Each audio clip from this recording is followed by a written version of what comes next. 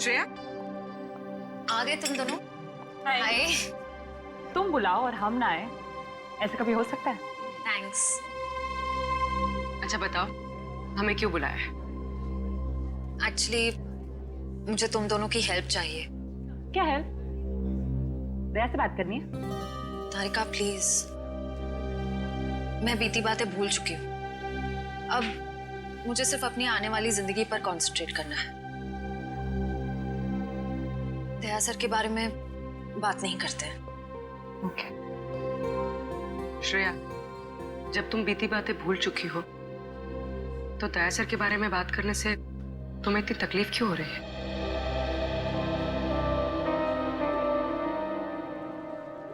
पूर्वी,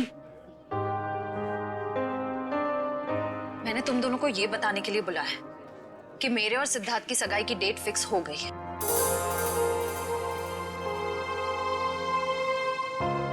सॉरी श्रेया, अगर तुम्हें मेरी बात बुरी लगी हो तो। आई एम सॉरी यार, तुम दोनों मेरी बेस्ट फ्रेंड्स हो, पर इस वक्त मैं सिर्फ अपने दिमाग की सुनना चाहती हूँ। अपने दिल के करीब जाने से भी मुझे बहुत डर लगता है।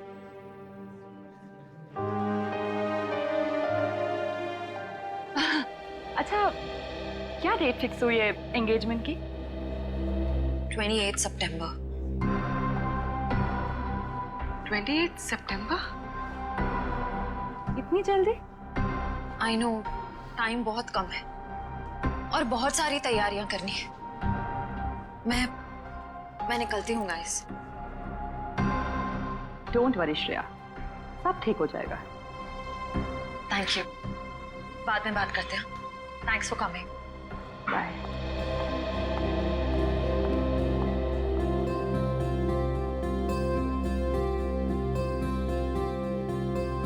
मुझे आपसे कुछ कहना है, समझ नहीं आ रहा कैसे कहूं। यार परेशान तो है वो, और परेशानी के पीछे वजह भी है। श्रेया ने जो फैसला लिया है उसके पीछे कोई तो वजह है, पर क्या वजह हो सकती है? तुम ये शादी किसी दबाव में तो नहीं कर रही हो ना? ये सब तुम सुनोगी तो तुम भी चौंक जाओगी। बताइए ना, क्या बात है? बेटा, हमने तुम्हारी और सिद्धार्थ की सगाई का दिन तय कर दिया है। कर दिया? एकाधिपत्य योग है बेटा, बहुत ही सुंदर योग है। पंडित जी, कौन सी डेट निकली है? 28 सितंबर। इतनी जल्दी? पापा, बहुत कम दिन बचे हैं। सबसे शुभ दिन यही है बेटा, इसके बाद पूरे वर्ष इतना उत्तम दिन है ही नहीं। हाँ तो ठीक है ना पंडित जी, हम भी तैयार हैं। भला शुभ काम में देरी कैसी, क्यों? बेटा, तुम्हें तो कोई एतराज नहीं है ना?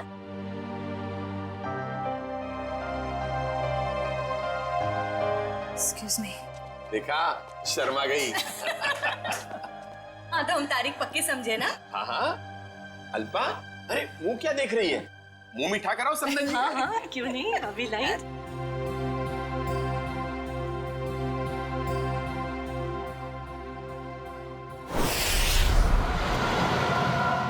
मुझे तो यकीन ही नहीं हो रहा है। अब मेरा मतलब, हम इतने दिनों बाद एक साथ शहर से दूर छुट्टियां मनाने जा रहे हैं। हमारी शादी की सालगिरह के लिए इससे बेहतर गिफ्ट और कोई हो ही नहीं सकता था। तुम्हारे लिए एक सरप्राइज और था। सरप्राइज? क्या सरप्राइज है? बताओ बताओ ना, क्या सरप्राइज है शेखर? अरे आराम से, अरे आराम से, अरे गाड़ी ठुक जाएगी। वाओ, बहुत सुंदर है। एक और वादा करोगे? कैसा वादा? पहले वादा करो फिर बताऊंगी। चलो किया वादा। क्या? कि तुम मुझे अकेला छोड़ के इतने दिनों तक घर से दूर नहीं जाओगे। तुमसे दूर रह के मैंने जितना कुछ पाया उससे कहीं ज्यादा मैंने खोया है। तुम्हें यकीन दिलाता हूँ, अब आगे से कभी भी तुम्हें अकेला नहीं छोड़ूंगा। शेखर!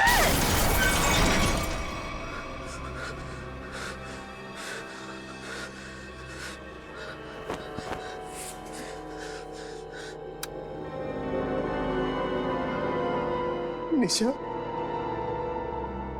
तू मुझे छोड़ के क्यों चली गई? मैं तुम्हारे बिना नहीं रह सकता। शादी की सालगिरह के दिन तुम्हें जाना था मुझे छोड़ के। मैं अच्छा नहीं किया मेरे साथ। मैं तो तुम्हें सारी खुशियां देना चाहता था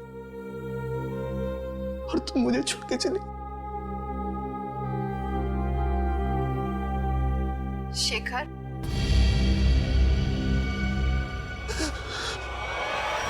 मुझे तुम्हारी बहुत याद आ रही है। मैं इस तरीके से अकेले नहीं रह सकती।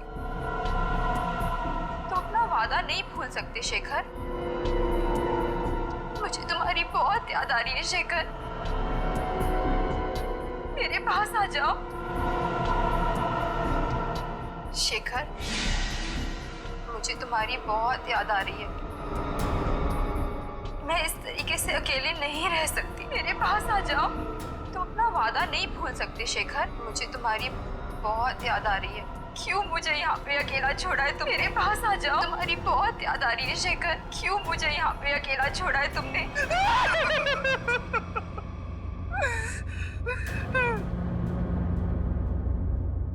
मेरे पास आओ शेखर। मेरे पास आओ शेखर। शेखर, शेखर, मेरे पास आओ शेखर।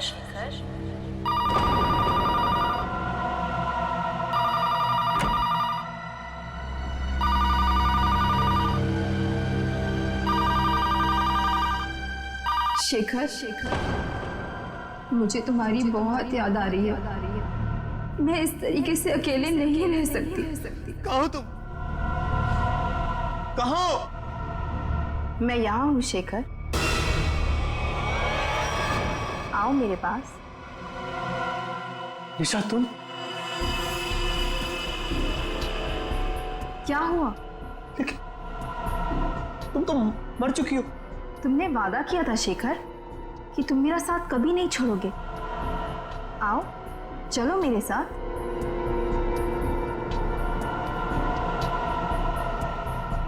आओ शेखर, चलो। रुको निशा। चलो शेखर, आओ। रुको निशा। रुको। रुको। निशा। रुको। निशा। निशा।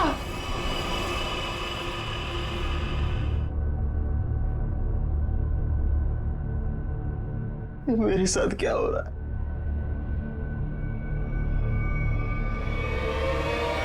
निशा!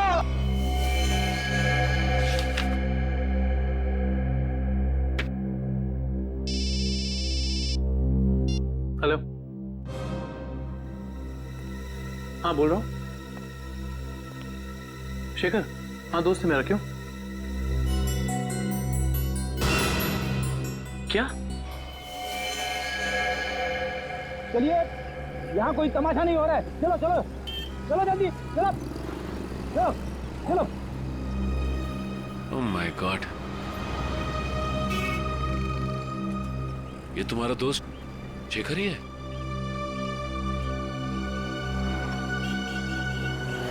ले जाओ इन्हें। अच्छा ये बताइए कि एक्सीडेंट होते हुए आप में से किसने देखा? हाँ? जी साहब, मैंने देखा। क्या हुआ था यहाँ पर? देखिए साहब, टेम्पो वाले की कोई गलती नहीं है। टेम्पो वाले की बड़ी तरफदारी कर रहे हो तुम? क्या नाम है तुम्हारा? जी मेरा नाम अविनाश है और जो सच है वही बता रहा हूँ साहब। मतलब ये एक एक्सीडेंट था? सर ऐसा भी नहीं है। तो फिर? सर वो चलते चलते किसी के साथ अजीबोगरीब बात कर रहा था। हाँ, मैं तुम्हें अकेला नहीं छोड़ सकता। मैं अरे मैं सच कह रहा हूँ कसम से। तुम बिल्कुल परेशान मत। बिल्कुल नहीं। मेरी बात को सुनो। तुम बिल्कुल भाई साहब। हाँ, क्या प्रॉब्लम है? मैं तैयार हूँ। तुम बिल्कुल घबराओ। मैं आ रहा हूँ भाई साहब। मैं आ रहा हूँ। तुम बिल्कुल घबराओ मत भाई साहब। आपकी तबीयत ठीक नहीं है क्या? पहुँचने वाला हूँ। हाँ, अगर सुनिए ना, अगर आप चाहे तो मैं आपके घर वालों को बुला सकता हूँ। मैं आ रहा हूँ। तुम भाई साहब सुनिए। तुम छोड़ना यार, लगता है कोई पागल है।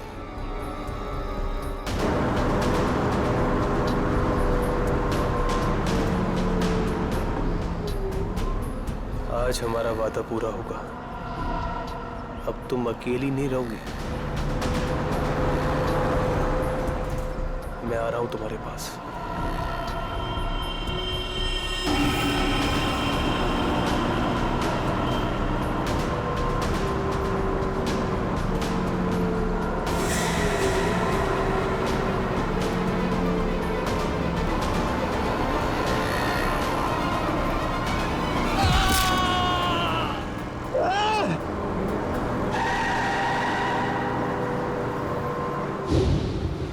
मतलब शेखर ने आत्महत्या की है? ऐसा नहीं हो सकता सचिन। अभी कुछ दिन पहले ही शेखर की पत्नी की मौत हुई है कार एक्सीडेंट में। कार एक्सीडेंट में? शायद अपनी वाइफ की मौत की वजह से शेखर बड़ा डिप्रेस हो गया होगा और इसीलिए उसने अपनी जान दे दी होगी। नहीं, वो इतना कमजोर नहीं था कि। दुष्यंत, मैं समझ सकता हूँ तुम्हारी फीलिंग्स। वो तुम्हारा दोस्त था, लेकिन इन लोगों ने उसे मोबाइल पे बात करते हुए देखा, गाड़ी के सामने कूदते हुए देखा।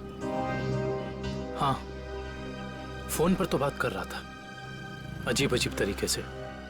मैं आ रहा हूं, मैं तुम्हें बचा लूंगा, मैं तुम्हारे साथ रहूंगा, मगर किससे? किसी से नहीं सर। आज सुबह से शेखर ने ना ही किसी से बात की है और ना ही उसे किसी का फोन आया था। तो फिर बात कर किससे रहा था? पता नहीं सचिन, पर मुझे नहीं लगता कि आत्महत्या है। ये शेखर रहता कहाँ है? वो वापस आ गई। कहाँ हो तुम? मैं अकेला हूँ। It was my fault. She's back. She's in danger. मैं तुम्हें अकेला छोड़ के नहीं जा सकता। I'm alone without you. हम जल्दी मिलेंगे। क्या है ये सब? ऐसा लगता है शेखर की दिमागी हालत पूरी तरह से बिगड़ चुकी थी। क्या मतलब हो सकता है ये सब लिखने का? तुम वापस आ गई, मैंने तुम्हें ढूंढ लिया है। He is back. तो जिन लोगों ने शेखर का एक्सीडेंट होते हुए देखा था, उनका कहना है कि गाड़ी के आगे कूदने से पहले शेखर फोन पर ऐसी बातें कर रहा था जैसे यहाँ पर लिखा। निशा की मौत के बाद शेखर परेशान तो जरूर था, लेकिन इस तरह की हरकतें करने लगा था इसका मुझे अंदाजा नहीं था। ये मोहन है, शेखर जी के पड़ोसी। तो मोहन, ये बताओ कि क्या तुम्हें कभी महसूस हुआ कि निशा की मौत के बाद शेखर के बर्ताव में कुछ बदलाव आ गया? निशा भाभी के जाने के बाद शेखर भाई साहब बहुत गुमसुम हो गए। यहाँ तक कि उन्होंने घर से बाहर निकलना भी छोड़ दिया था, हमसे बात भी नहीं करते थे। हाँ सर, कभी कभी रात में जोर जोर से निशा निशा कहकर चीखते थे और बहुत तेज आवाज में वीडियो देखते थे। ठीक है, थैंक यू मोहन। आप जा सकते हैं, लेकिन अगर दोबारा जरूरत पड़ेगी तो हम आपको कांटेक्ट करेंगे।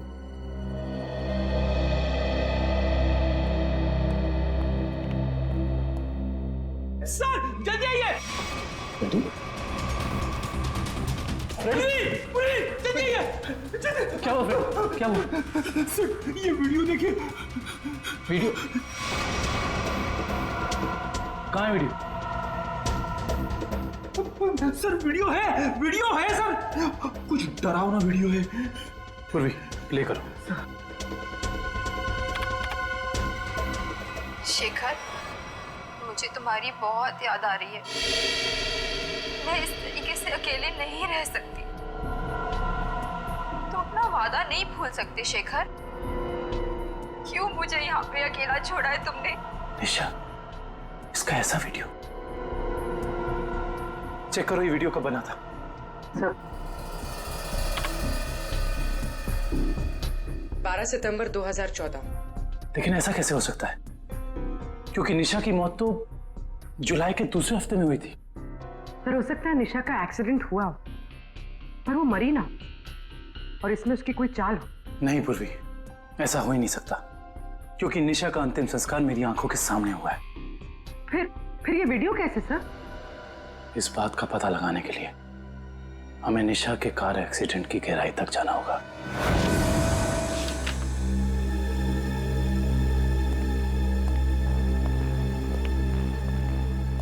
सर, ये तो कंफर्म है कि इस वीडियो में ये असली निशा ही है, ना कि उसकी कोई हमशक्ल।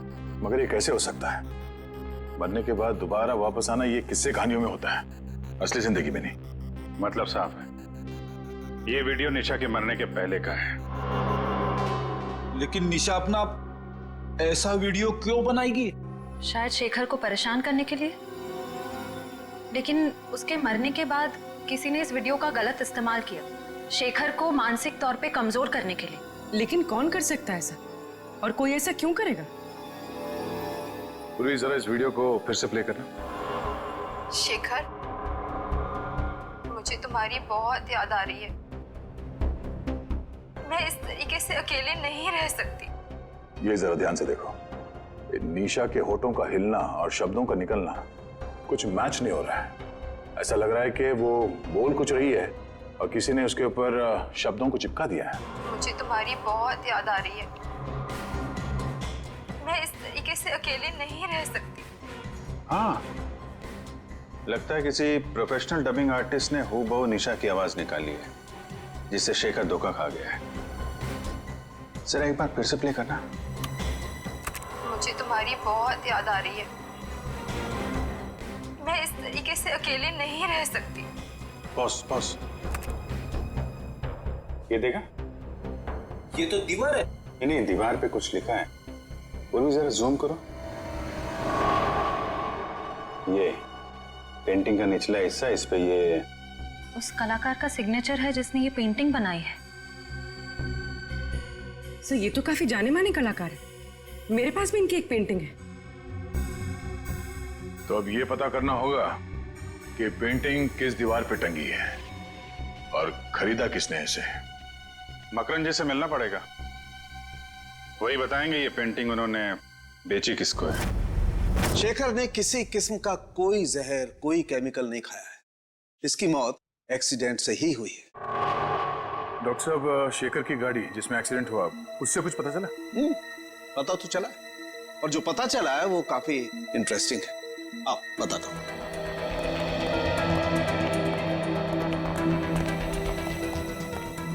ये देखो, ये शेखर की गाड़ी का पैसेंजर साइड का दरवाजा है।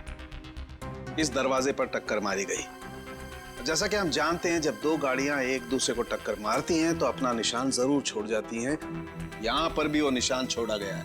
ये देखो, यहां पर ये नीला रंग, मतलब किसी नीले रंग की गाड़ी ने टक्कर मारी है। बिल्कुल। और जितने फोर्स के साथ ये डेंट पड़ा है, जितने फोर्स के साथ टक्कर मारी गई है, उस फोर्स को देख करके लगता है कि कोई बड़ी गाड़ी होगी, कोई ट्रक, टेम्पो, लॉरी, कुछ इस तरीके की गाड़ी है जिसने यहाँ पर टक्कर मारी है। सालुंके साहब, ट्रक हो या टेम्पो, जिस गाड़ी ने शेखर की कार को टक्कर मारी है, उस गाड़ी का भी कुछ ना कुछ तो नुकसान हुआ ही होगा ना?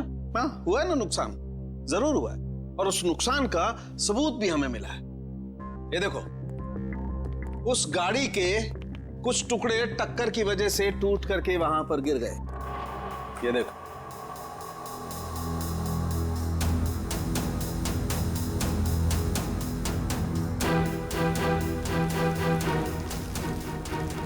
ये तो गाड़ी का लोगो लगता है।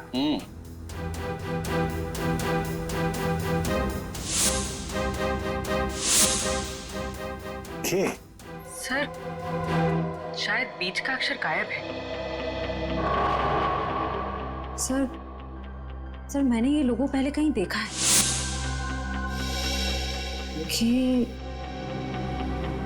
KSS? KSS?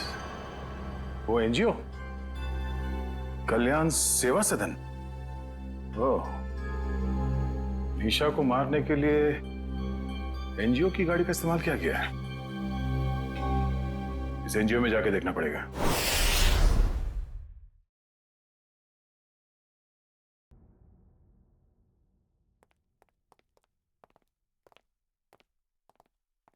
मिस्टर मकरन जी कहिए।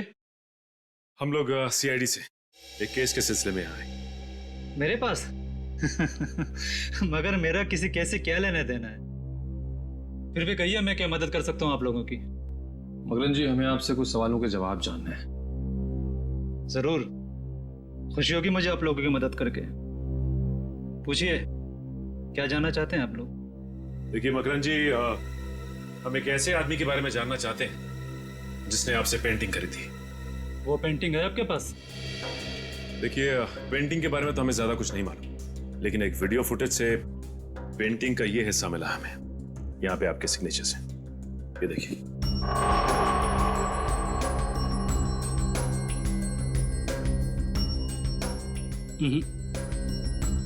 बस इतने से ये बता पाना मुश्किल है कि पेंटिंग कौन सी है। और जाहिर सी बात है कि जब पेंटिंग के बारे में पता नहीं है तो खरीदार के बारे में मैं कैसे बता सकता हूँ। मकरन जी ध्यान से देखिए, शायद कुछ याद आ जाए आपको।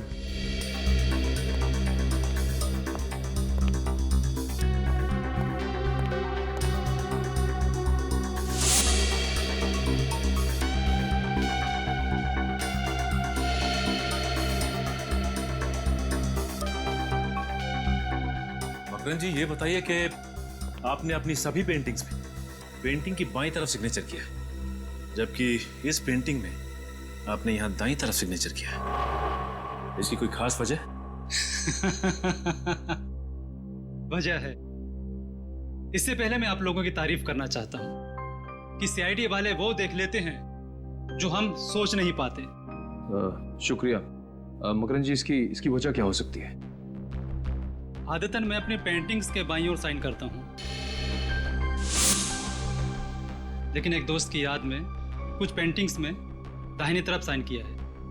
वैसे मकरन जी, इस दोस्त की याद में इस तरह की कितनी पेंटिंग्स बेची आप? आइए,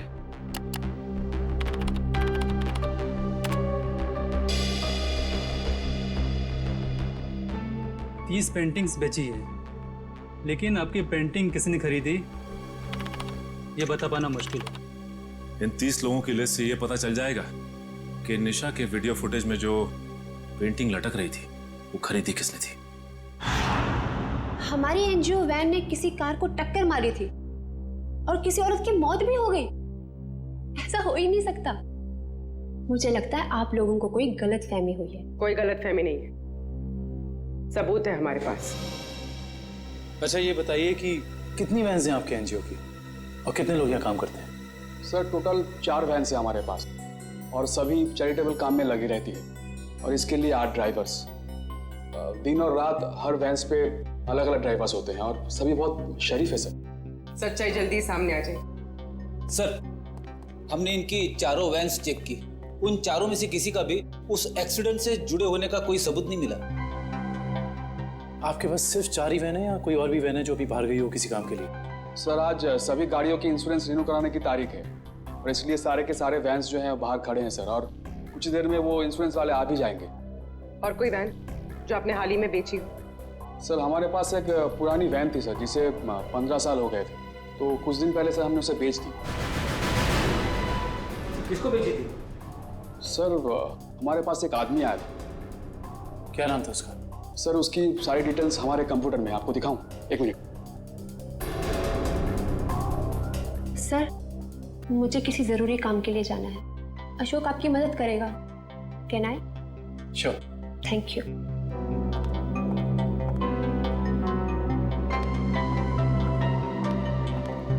सर, ये वो आदमी, राकेश नाम है इसका। राकेश नहीं, मोहन नहीं है, तो ये है वो खूनी जो शराफत की चादर ओढ़कर खून कर रहा है। मकरन ने जो लिस्ट दी थी उसमें से हमने 10 जगह देख लिया। उस वीडियो फुटेज में जो पेंटिंग दिख रही थी उसके बारे में कुछ पता नहीं चला। सब्र करो निखिल, हो सकता है हमें 10-12 जगह और देखना पड़ जाए। वैसे लिस्ट में अगला नाम क्या है? एक फिल्म टीवी प्रोडक्शन हाउस है, original media works, Goregaon east. मुझे लगता है निखिल, ये हमारा आखिरी पड़ाव होगा। सर, वो कैसे? वो ऐसे कि हमें किसी ऐसी जगह की तलाश है जहाँ पे निशा का वीडियो शूट किया गया, और साथ ही साथ वो पेंटिंग। हो सकता है कि निशा को एक्टिंग का शौक हो सकता है ये इस प्रोडक्शन हाउस में गई हो। इस ओरिजिन मीडिया वर्क्स में चल के देखते हैं। राहुल, मैं तुम्हारे बिना नहीं जी सकती राहुल, तुम्हें आना ही होगा। हमने कसमें खाई थी राहुल कि हम साथ जिएंगे और साथ मरेंगे। राहुल। अरे अरे अरे, कहाँ चले आ रहे हैं आप लोग? वो ये रही पेंटिंग। कौन है आप लोग? क्या कर रहे हो ये?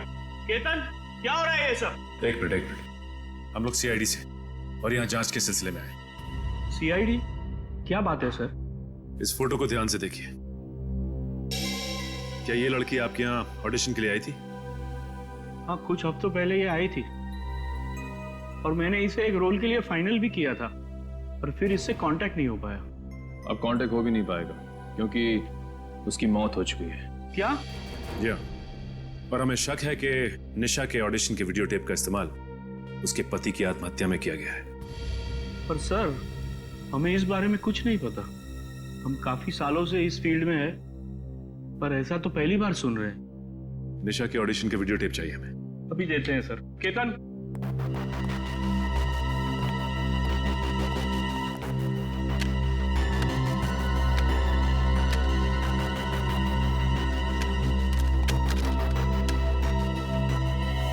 ये क्या हो गया?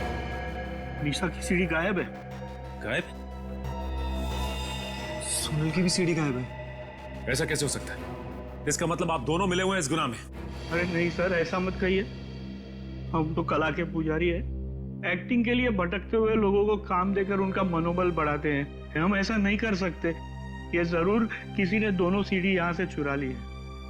आप हमें सोनल का एड्रेस दीजिए, हम खुद पता कर लेंगे कि सोनल ने क्या रोल निभाया इस गुनाह में।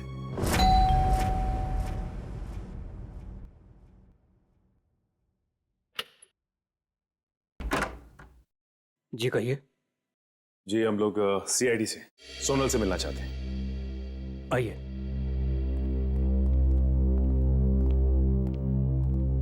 ये है सोनल।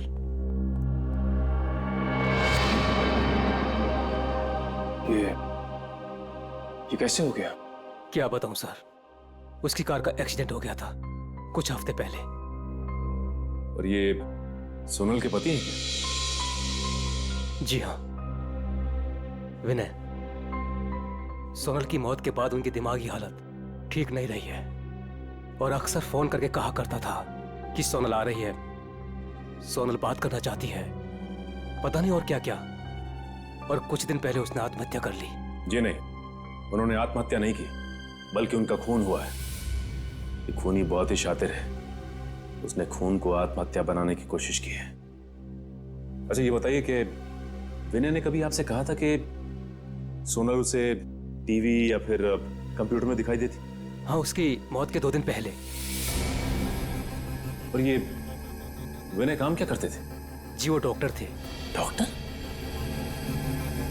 विनय एक डॉक्टर था और ये शेखर एक रिसर्च केमिस्ट।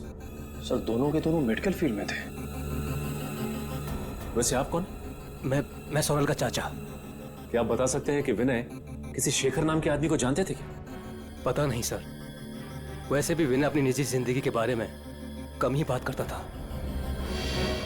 दोनों एक दूसरे को तो जरूर जानते होंगे, वरना दोनों की मौत बिल्कुल एक ही जैसे कैसे हो सकती है? एक काम करते हैं, घर की तलाशी अच्छी तरह से लेते हैं, देखते क्या मिलता है।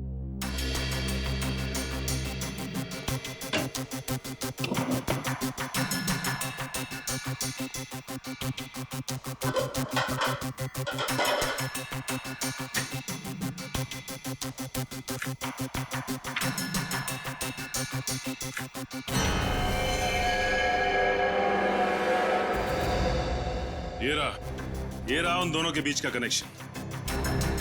ये देखो निखिल, शेखर के घर से हमें जो फोटो मिली थी उसमें शेखर इस बिल्डिंग के सामने खड़ा था और विनय भी उसी बिल्डिंग के सामने खड़ा है।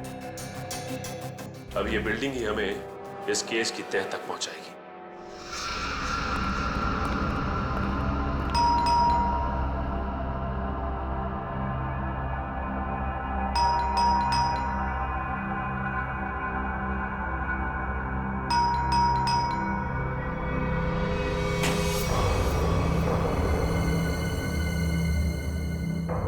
मोहन, मोहन, मोहन, मोहन। ऐसा लगता है घर पे कोई नहीं है। चलो, अंदर कोई है?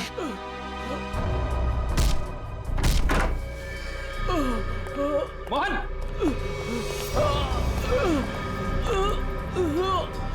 लाइट चेक करो। घर में फर्स्ट एड बॉक्स है, एम्बुलेंस को फोन करो। घबराइए मत, कुछ नहीं होगा। किसने किया ऐसा? पता नहीं। हाँ बोल। एक आदमी था, अचानक मेरे घर में घुस गया और उससे पहले मैं कुछ समझ पाता। उसने मेरे को गोली चला दी। मगर वो तुम्हें क्यों मारना चाहता था? उस दिन रात को जब मैं अपने घर से बाहर निकला था तो वो शेखर के घर के बाहर सब मंडराते हुए मैंने देख लिया था। उसको देखते ही मुझे शक हो गया। वो मुझे वहां से देखते हुए चला गया। तुम हो कौन? और ये मोहन कहाँ है? मैं ही मोहन हूँ। क्या आप मोहन हैं? जी।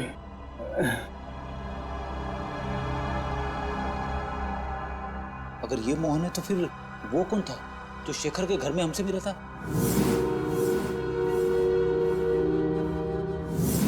वो हमलावर ही था। जब उसने इस मोहन पर गोली चलाई होगी तभी उसी वक्त विक्रम और मयूर ने दरवाजा खटखटा दिया होगा और वो उनके साथ मोहन बन के आ गया। तो मतलब सबूत मिटाने के लिए उसने इस मोहन पर गोली चलाई थी। मुजरिम हमारे सामने था मगर हम उसे पकड़ नहीं पाए।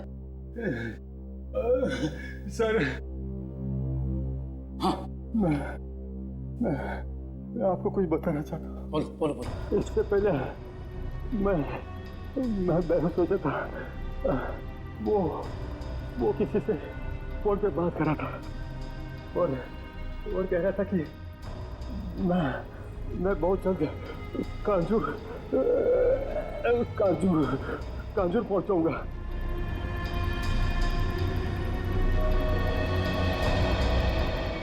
कांजूर?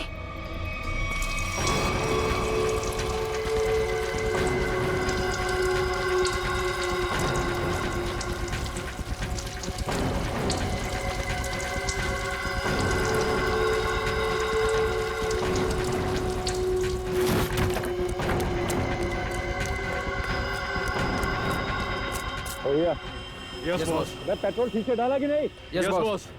जाओ गाड़ी में बैठो।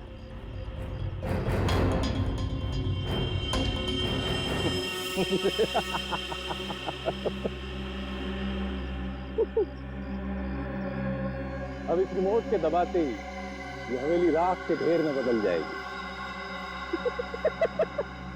और किसी को पता भी नहीं चलेगा कि यहाँ आग कैसे लगी। 3, 4,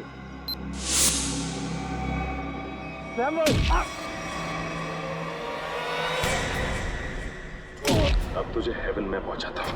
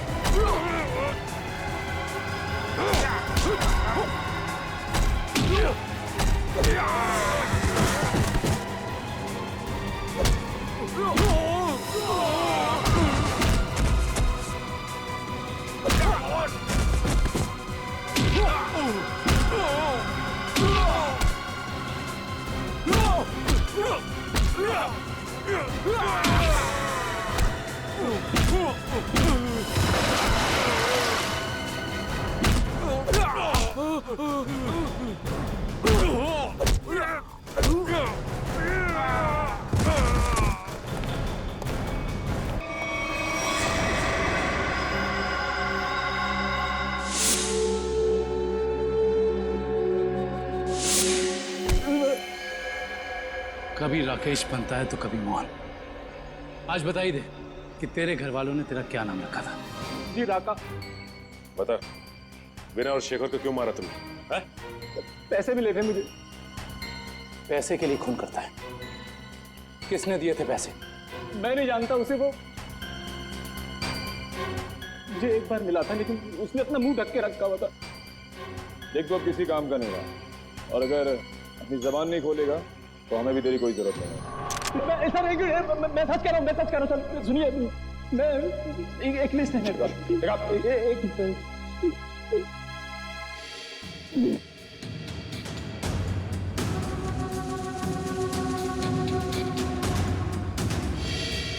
इस लिस्ट में विनय शेखर के साथ साथ और भी कुछ लोगों का नाम है। Doctor Arun, doctor Rahul. Doctor Rahul? कहीं ये वही डॉक्टर राहुल तो नहीं जिनकी मौत कुछ दिन पहले एक्सीडेंट में हो गई थी? इसका मतलब एक ही तरह के पेशे वाले लोगों की मौत हो रही है एक्सीडेंट से। ये बता के ये लिस्ट तुझे किसने दी? उसने जिसने तुझे पैसे दिए? हाँ? जी देख, सीधी तरीके से उसके बारे में बता दे, वरना इन सारे खूनों का इल्जाम तेरे सर पे चढ़ेगा और वो वहां आजाद घूमता रहेगा। मैं सच कह रहा हूँ सर, मैं उसे जानता नहीं, उसका नाम भी नहीं जानता। वो थोड़ा लंगड़ा के चलता था। और हाँ सर, वो जब उसने मुझे पैसे दिए थे तो उसके दाहिने हाथ पे जले हुए का निशान था। देखिए साहब, टेम्पो वाले की कोई गलती नहीं है। तो फिर? सर वो चलते चलते किसी के साथ अजीबोगरीब बात कर रहा था। कहीं वो आदमी अविनाशी तो नहीं जो शेखर की एक्सीडेंट वाली जगह पे हमसे बातचीत करा? उसका हाथ भी जला हुआ था। और वो वहां शेखर की मौत का नजारा देखने के लिए खड़ा था। हाँ, और ये भी साबित करने की कोशिश कर रहा था कि मौत एक्सीडेंट नहीं बल्कि आत्महत्या है, जिससे शेखर की मौत पर कोई जांच ना हो। सर इसका मतलब उन डॉक्टर्स को मारने का कॉन्ट्रैक्ट अविनाश ने दिया था? देखते हैं ये अविनाश किस बिल में जाकर बैठा है। हाँ हाँ, जो भेजा मिल गया आपको? बताइए क्या लिखा है? ठीक है, हर check post, airport, bus stop, railway station, हर जगह सिक्योरिटी बढ़ा दो। वो शहर से बाहर नहीं निकलना चाहिए। ओके ठीक है। निखिल, अविनाश की फोटो सबको भेज दी है? हाँ सर, भेज दिया है। यहाँ तक कि उसकी फोटो सारे खबरियों तक पहुँच गई है। वो शहर छोड़ के भाग नहीं पाएगा। और उसकी कार का कुछ पता चला? नहीं सर, जब हमारी दूसरी टीम उसके घर गई थी तो घर खाली था, उसकी कार भी गायब थी। इसका मतलब अपनी कार से ही भागा है वो? क्या पता, अब तक वो शहर से बाहर ही ना निकल गया हो। Hello, okay, thank you. क्या हुआ श्रेया? सर, अविनाश की गाड़ी तिलोक नगर में देखी गई है। तिलोक नगर? वो रास्ता तो शहर से बाहर की तरफ जाता है। जरूर वो भागने की फिराक में है। उन्हें किसी भी हाल में निकलने नहीं देना है। छोड़ दीजिए मुझे, जाने दीजिए। मैं कसम खाता हूँ, मैं किसी से कुछ नहीं कहूंगा। जिंदा रहेगा तो कहेगा ना? हाँ? मैं देश छोड़कर चला जाऊंगा। मैं अपने बारे में किसी से कुछ नहीं कहूंगा और खुनी तवा के बारे में भी किसी से कुछ नहीं कहूंगा। मुझे मत मारो। मरना तो तुझे पड़ेगा, इसलिए तो तू यहाँ पड़ा था। अपनी जान को बिना फिक्र किए हुए शेखर की जान बचाने चला। हाँ? तेरी मौत मेरे हाथों लिखी है, सिर्फ मेरे हाथों। मरना तो तुझे पड़ेगा, इसलिए तो तू यहाँ पड़ा था। अपनी जान को बिना फिक्र किए हुए शेखर की जान बचाने चला। हाँ? तेरी मौत मेरे हाथों लिखी है, सिर्फ मेरे हाथों।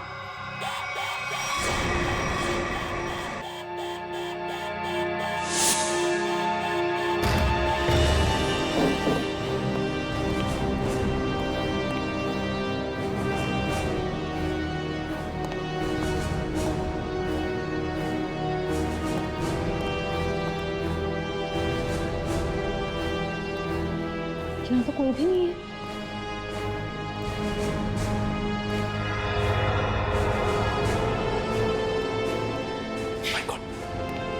अविनाश, तू?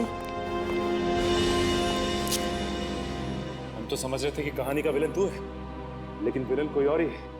कौन है विलन? मैं। अदिति? नहीं नहीं नहीं नहीं, आगे पीछे नजर घुमा के देखो पहले।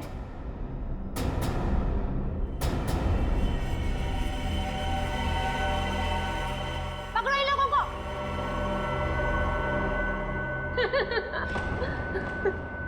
जल्दी पकड़ो, चलो। वो कर रही हो ये सारे खून तुम? हाँ? हमारी कंपनी की फर्मा ब्रांच ने एक दवा की खोज की थी और हमें शक था कि उसे इस्तेमाल करने के बाद लोगों में कहीं ना कहीं हाइपरटेंशन जैसी दूसरी बीमारी फैल सकती है। और हम लास्ट स्टेज पर थे और फिर हमने अपने ही फील्ड के लोगों से जांच के लिए उनसे कांटेक्ट किया। तो फिर उन सबका खून क्यों? उन्होंने रिपोर्ट दी कि इस दवा को इस्तेमाल करने के बाद लोग ठीक तो हो सकते हैं, लेकिन 5-10 साल के बाद उन्हें कैंसर जैसा रोग लग सकता है और मुझे किसी भी हालत में इस दवा को लॉन्च करना था। ये जानते हुए भी कि वो दवाई नहीं दीमक है। मेरे करोड़ों रुपए डूब चुके थे, अब मैं पीछे नहीं हट सकती थी, इसलिए दवा लॉन्च करने से पहले मुझे उन 10 लोगों को ठिकाने पर लगाना था। और इसीलिए तुमने अपना खूनी खेल शुरू कर दिया, और वो भी कुछ इस तरह से कि वो आत्महत्या लगे। क्योंकि मैं नहीं चाहती थी कि इनके केस की जांच हो और मुझ पर कोई शक करे। लेकिन अविनाश को मारने में तुम कामयाब नहीं हो पाई, है ना? मैंने अविनाश को पहले से ही जानबूझकर छोड़ रखा था, क्योंकि वो समझ गया था कि उसके ग्रुप के लोग लगातार मारे जा रहे हैं और वो छुप गया। लेकिन जब वो शेखर को समझाने गया, फिर मेरी निगाह उस पर गई। और तुमने सोचा राका के जरिए तुम सारा इल्जाम अविनाश पर डाल दोगे? हाँ, ताकि जब अविनाश मर जाता सबको यही लगता कि ये खून करके फरार हो गया। और शेखर के घर में निशा की आत्मा का खेल क्या था? होलोग्राम, और कुछ भी नहीं, लाइट से बनी 3D आकृति। शेखर इसलिए धोखा खा गया क्योंकि हमने उसके दिमाग में भर दिया था कि निशा वापस आ गई है। अपनी जानकारी का जितना गलत इस्तेमाल करना था तुम कर चुकी।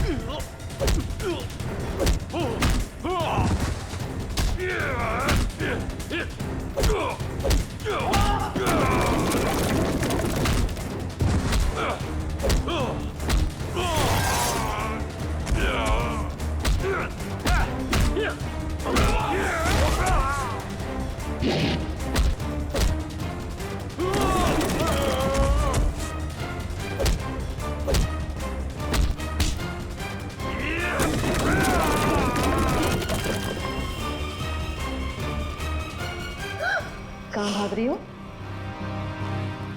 अब बाकी की जिंदगी जेल में चक्की पीसना, अगर तुम्हें फांसी भी हुई ना तो वो भी कम है तुम्हारे लिए।